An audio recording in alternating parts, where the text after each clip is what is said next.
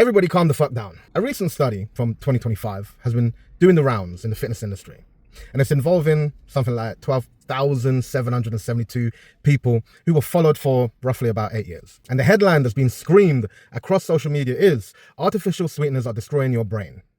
No. No. Stop that. That is not what the study proved.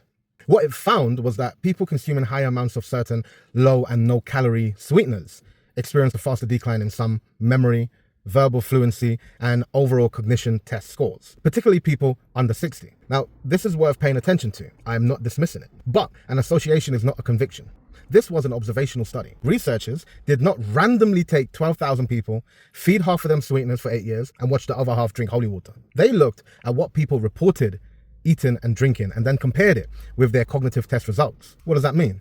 That means, yes, sweeteners might have contributed to the decline, but it could also be reverse causality. Someone struggling with diabetes, obesity, and other health problems may be more likely to choose sugar-free products in the first place. There could also be differences in sleep, exercise, smoking, diet quality, blood pressure, medication use, or 100 other things that are extremely difficult to control perfectly. And here is the important part. We do not currently know which explanation is correct. So anybody who's confidently telling you that this study proves sweeteners rot your brain, well, they're talking bullshit. Likewise, anybody who's confidently saying the entire result is definitely caused by unhealthy people choosing diet products is also talking bullshit. You cannot complain that the study does not prove causation and then immediately announce your own unproven cause. That is not science. That is picking the answer you already wanted.